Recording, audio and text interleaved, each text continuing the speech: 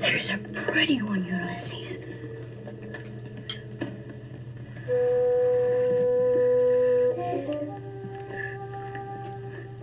There it is. Hello, lovely people. I'm Sean Breeze Books. Welcome back to my channel and another of the, what are they, at least twice a year, sometimes more often than that, library book vlog, where I sign out 5 or 6 books from the library, tell you a little bit about them, then sample the first chapter or the first short story, and then come back and tell you more about them, my reaction to them, and then at the end, rank them in an order of which ones I'd be most likely to read first.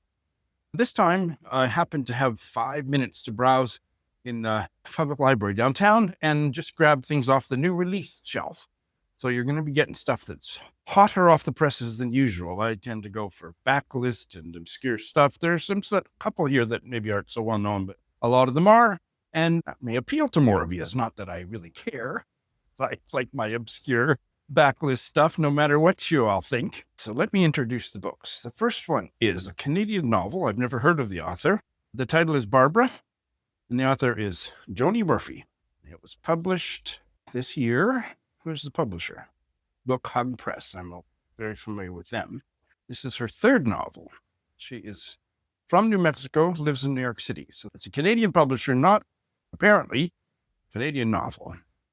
I'll read from the blurb. I hate to do it, but sometimes it does cut to the chase. Barbara is born just before World War II to a tragically beautiful mother and a father who becomes an engineer in the famous Manhattan Project. Premise sounds good. Here is a quite new Indigenous novel, and the author is an Anishinaabe journalist from Lake Manitoba First Nation. And he's currently a fellow at the University of Southern California. Small Ceremonies by Kyle Edwards, also 25. 2 high school friends, both, I'm going to guess, Anishinaabe or certainly Indigenous, a coming-of-age story related to hockey. And the story is set in Winnipeg, I believe. And next is a collection of short stories, The Whole Animal by Corinna Chong.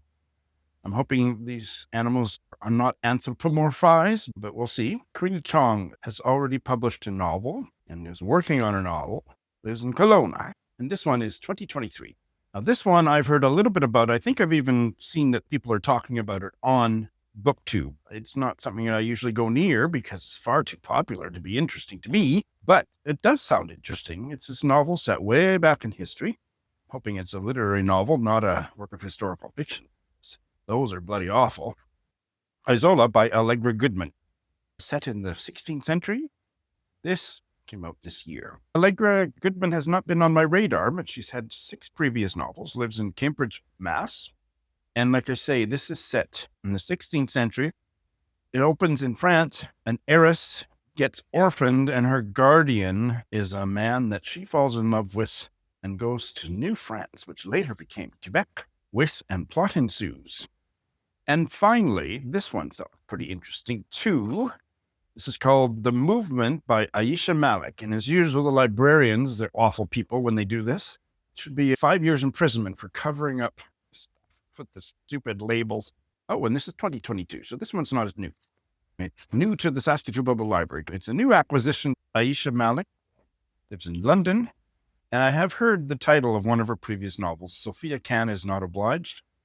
This one probably is going to be too commercial fiction-y for me, but certainly sometimes I like commercial fiction, especially when it's not written by awful white people.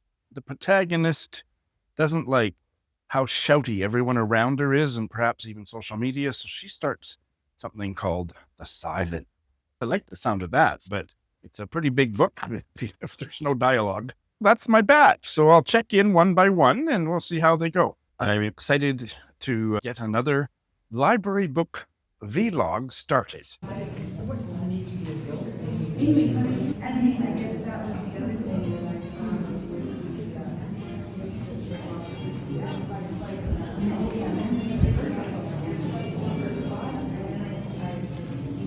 love this one.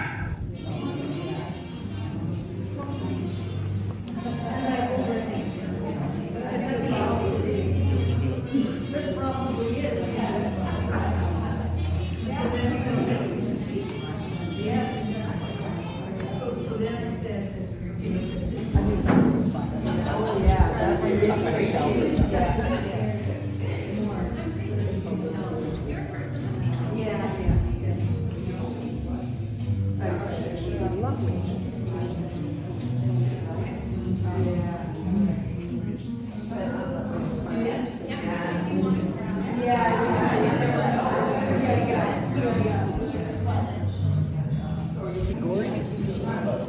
How much is that? 300. Huh? 300. It's beautiful, isn't it? It really is.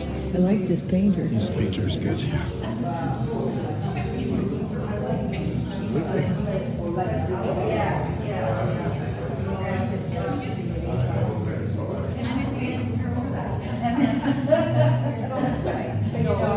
All right, well, I started this library book vlog a couple weeks ago, and I've been a little busy since then, so I'm finally getting back to it. Since you last saw me on this vlog, my husband Kenji arrived from Japan, and so I've been a little busy, second honeymoon-wise, and then it's time to get going with this. So I have now read the opening 20 or so pages of Small Ceremonies, a novel by Kyle Edwards. And this is a 2025, I think it's just been out a few weeks, novel. And Kyle Edwards is a Anishinaabe journalist and writer from the Lake Manitoba First Nation, and also a member of the Ebb and Flow First Nation, which is a nation I've never heard of and I want to know a lot more about. He is currently at the University of Southern California. He's a provost fellow, whatever the heck that means. Well, I have to say that I was beguiled by the opening of this novel, and the highest compliment I can pay it is it opens with a hockey game I think in Winnipeg. It's not entirely clear. It's probably Winnipeg, and set in the present day, and mostly, if not exclusively, Indigenous students in this high school and their hockey team. I hate sports, especially hockey, and I was completely mesmerized by the lovely description of the personalities of two characters in particular, and what hockey means to an Indigenous kid in terms of breaking free of the racist poverty that we inflict on Indigenous peoples. It was really powerfully done, and the characters jumped off the page. We're told this chapter mostly through the eyes of Tommy, but there is another character who I think is going to play an equally important role, and his name is Clinton. And Tommy makes Clinton a bet. 2 hamburgers at the local hamburger joint. Whoever wins has to buy the other 2 hamburger meals or whatever, that Tommy won't get knocked down during the season on the ice. And so far, he hasn't. There's a lot of humor in it too. So their coach, I think is a settler Canadian, means well, not the best orator in terms of pep talks for the team. Let me see if I can find that. I'm going to read this. This is the only thing I'm going to read. So this is in the, the change room or whatever before they go out on the ice. This is the coach, Coach Johnson. "We're Tigers," he began, raising his head to observe the faces of his players. "They're bullfrogs. If this was tigers versus frogs, and by that I mean tigers versus frogs in the wild, I know for damn sure which animal would come out on top." He cleared his throat and continued in a different vein. "Look, there are 2 types of sharks, real-life sharks and the Hollywood myth of a shark. Real-life sharks are boring. They're actually quite smart, not easily fooled. They don't really care for human flesh, and really, they only ever attack humans when they're curious what we taste like. But the Hollywood shark is a monster from hell, killing and eating anything in sight. Anyone see Jaws? The Hollywood shark takes names, has memory, exacts revenge on its enemies. He's a ferocious motherfucker, a complete badass. What I'm saying is, the Hollywood shark mentality wins hockey games. We lost to these fucking frogs twice last year, don't forget that. We need to go out there and be hungry to win. Play for each other, play for Jonah, play for your school. Go out there and play like fucking sharks." For a moment, the room remained quiet. There was an air of confusion, but once Coach Johnson started circling the room to give each player a fist bump, the room erupted with claps and cheers and high-pitched battle cries. They were sharks, the Hollywood kind, but also tigers. And I guess there is a tiger on the cover, although the stupid library has put a label over top of it. God. So I guess the weakest link in this section I read was, and it wasn't a very weak link, But there was a bit of an info dumpiness to the way that Tommy's developing awareness of the state of affairs politically and culturally for Indigenous peoples in the current era. There's a lot about various things going on in the early Justin Trudeau era, I think before the release of the Truth and Reconciliation Report, but there was an Indigenous activist movement that sprang up called Idle No More, and there's some of that in there. A little bit info dumpy, but still really interesting. It wouldn't dissuade me from wanting to carry on with this book because I was wowed by how fabulously well drawn these characters were. So this one, definite hit. All right, I'm wearing my book nerd shirt, and I am ready to check in on Isola by Allegra Goodman. I loved this. This is set in the 1530s in France, and I thought I'd heard that it was about a commoner, but no, it's very much of a noble, high nobility family, and there's the orphan girl, that's Isola. No, that's Marguerite. I don't know where the title comes from, but it doesn't matter. I read the first couple chapters, and it is written in a really breezy style that's so easy to read and understand, but somehow, magically, she makes you feel that you're in the 1530s in France. So it's perfect that way. It's not info dumpy. It's very accessible, and it just pulled me right in. So she's been orphaned, and her vast estate is in the control of it's not a regent because she's not royal, but what's that called? Just a guardian. And she's raised by a maid, Damienne, who is very loving and a little bit strict. And when the guardian comes to pay a visit, the maid, or the governess, whatever she is, Damienne, is terrified. She's trembling. And our protagonist, Marguerite, who's like 8 or 9, doesn't know what's going on. And she realizes through all that maybe her position is under some threat.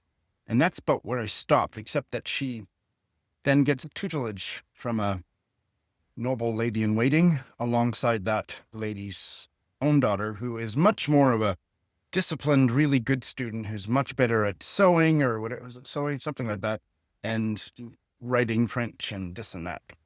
And at first, Marguerite, who's a bit of a tomboy, tries to convert the other girl into her ways, but nothing doing. And then I thought, maybe one flaw, potentially. I'd have to read more of the novel to see whether I ended up agreeing with this over the longer term. But Marguerite is too easily converted to emulate this girl after a very short period of rebelling. And I thought that was a bit forced. But that is a very small quibble with what were 2 really compelling opening chapters. So I will be getting back to this sooner rather than later. 2 for 2. I am here to check in on Barbara by Joni Murphy. And Joni Murphy, I'd never heard of her. She's American. This is published by the Canadian small press Book Hug Press. Very briefly, Barbara is the parent of a mother who died by suicide. Barbara's born just before World War II. She grows up to be an actress. That's all you need to know. And I'm not going to say another word about it. There's usually one of these in every of these vlogs recently that I'm just going to read you the opening. It speaks for itself. To feel the subtle grain of a moment, that is the goal, to be present. I roll my thinking back. I return the years of sensation and numbness, the deaths and repetitions onto the reel. I start again. Sometimes what happens to you does not make you better. It's just what happens. I am 40 years old, acting in a Western in a town high up in the Rockies. Out in the world, it's 1975. But in our film, we're living through the ragged end of the gold rush. My scientist father died in summer. It's fall now, and I'm toiling away as a movie whore. Outside, yellow-brown aspen leaves tremble in the cool wind, but I have spent the day inside on a stage, performing for the benefit of the camera. Inside the theater, a spotlight makes a false full moon on the deep red curtain. I can't see it, but I know the light is there. Velvet folds separate me from the others. Anything could be on the other side. I feel the geological layers of this time. The dark of this theater is so complete we could be miles underground. It's been years since I felt the bright light of the sun. A record spins on the phonograph. It is very important to Tony that the layers of sound overlap organically. There are many hidden mics to catch the chairs as they squeak and glasses as they clink. The other cast members playing minors and whores, they whisper. They move their leather heels on the wooden floor. We've been listening to this aria again and again. The needle kept getting replaced back at the beginning. It's a part of the picture. At the beginning, the soprano produces a rickety sound, but then she builds to something else, deeper and older, and yet more modern all at once. We hear the hiss of the recording mechanism, a woman's breath, then the fluttering of leaves rustling. It is so eerie and beautiful to hear her solo voice in a large, echoey room. We are communicating something in this scene, not about the music, but about space itself. The space within theater walls is one of the dark wombs where souls nestle, watching the flickering of the past. Every movie is a record of a lost reality. What the camera sees. The spotlight moon dead center of velvet night. Delicate hand at the end of a slim arm appearing from between the curtains. Spinning dust particles catching in the light's beam. Though the hand and arm emerge, the body does not follow. I am not made whole. I reach out, grasp, and let go. I make a come-hither pull of my index finger. My hand floats like a leaf. It is the hand of a hidden nymph in a Baroque painting. It gestures with a receptive turn of the wrist. Feelings, nothing more than feelings, I hum to myself. It's been such a long history, and there's still so much more to go. Tony calls out once more, "Quiet, please, on set." We're ready to go. Sound, he asks. Camera? Speed. I reach once more into the dark. Well, if that doesn't beguile you, it sure does me. And that's all I got to say about this one. Oh my Christ.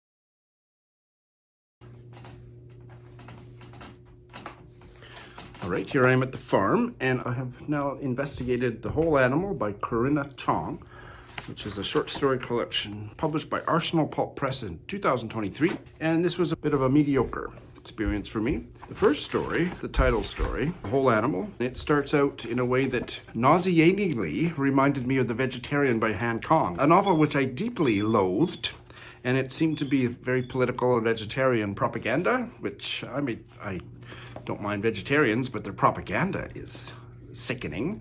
And so I skipped over that one, and I think a lot more of them are about animals and grotesque stuff. So I had much better luck with the second story, which is about people. Zora in the Whirl. And there were parts of it that were really vivid. It's about childhood friends, next door neighbor girl Zora, and she is sexually precocious. And the reason for that ends up being dark, I think you can imagine. And she plays kind of proto-sexual games with, they're like 7 years old or something, with the protagonist, and then that family moves away when the dark secret is revealed, and then she runs into her later. The childhood scenes were vivid, lusciously drawn. I was quite impressed, and when they were teenagers and she sees her at a party or something, that was much less successful. So I don't think I would bother with any more of this, but if any of the stuff that I don't like floats your boat, you should check it out.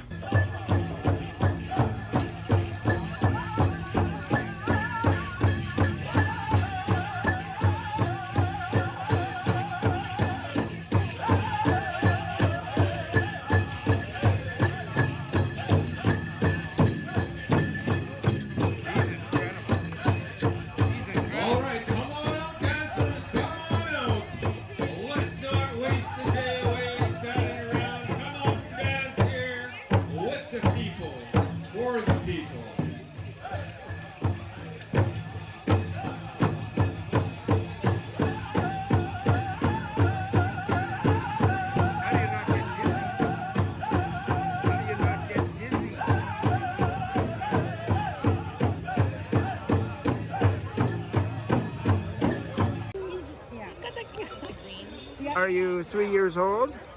5. 3 years old, I think. I gotta see some ID. 5. Well, it's been weeks and weeks since I've checked in, and I'm ready to finish up the video. I have read the first 20 pages or so of the last one, The Movement by... God, I hate libraries. I hate them when they do this. It's just obscene. Look at, I can't read the author on either side. But I digress. By Ayisha Malik. And this was not a Sean book. I don't expect I'll ever read it, but it was good. It is about a very famous young, what would I say, I guess Muslim American writer who takes a vow of silence. And she wins a literary award at the beginning of the novel. And she refuses to even make an acceptance speech or seem at all grateful for the award. And so lots of people are quite pissed off at her, and that's as far as I read. The writing is really strong. The story itself doesn't sound like a Sean story. Who knows? Might do it on audio someday, but it was really well done. So if that opening premise appeals to you, a writer who chooses not to write anymore, and just kind of turns glum and silent, you might enjoy it. The author, Ayisha Malik, has written 3 other novels that were popular. She lives in North London. Yeah, I thought it was good. It's not probably for me, but I didn't have any negative reaction to it other than, doesn't sound like something I can be interested in reading 400 plus pages about. All right, so I'm going to rank these in terms of the ones that I'm most interested in. And I think if you've been paying close attention, if you were, you would probably be able to figure them out for yourself. But number 1, hands down, was Barbara by Joni Murphy. I just love the writing. Don't even need to know anything more about what it's about to want to read this first. So that was a beautiful discovery for me. I'd never heard of Joni Murphy or this book, and that one really grabbed me. Second would be the new Indigenous novel, Small Ceremonies by Kyle Edwards. This one really grabbed me too. I was really drawn into the story and look forward to continuing it, probably sooner rather than later. I loved the fact that anytime I think of hockey, I feel PTSD symptoms because I had such a horrible time playing hockey as a kid, and that I was drawn into the story and understood what hockey meant to these young Indigenous hockey players in their Indigenous high school. It was really, really appealing, and I think I'll be in for a treat when I come back to it. Third would be the one I've already taken back to the library, Isola by Allegra Goodman. That was a novel set back in history where it felt like there's a fine balance between making it feel historically authentic. I'm not using the word historical fiction because that is a whole other separate, lesser form of genre fiction that I have no interest in. But creating a sense of historical authenticity and also making a living, breathing characters. And I felt that she accomplished that in the chapter or whatever it was I read all those weeks ago. I was really quite impressed with that. So that would be number 3. The 5th and final one, I would be hard-pressed to pick this up again, this collection of stories, The Whole Animal by Corinna Chong. But the kind of stories she writes where animals are alive, or stories as concerned with animals in nature as humans in society, is a hot, trendy topic that many of you would be interested in, and so I hope that you will read it, but it wasn't for me. Well, this was another fun vlog. It got dragged out because after I got started, Kenji arrived, and I've been spending lots of time with him, but I enjoyed spending time with these 5 books, and I'm very curious to see which ones you like the best. Thanks for watching.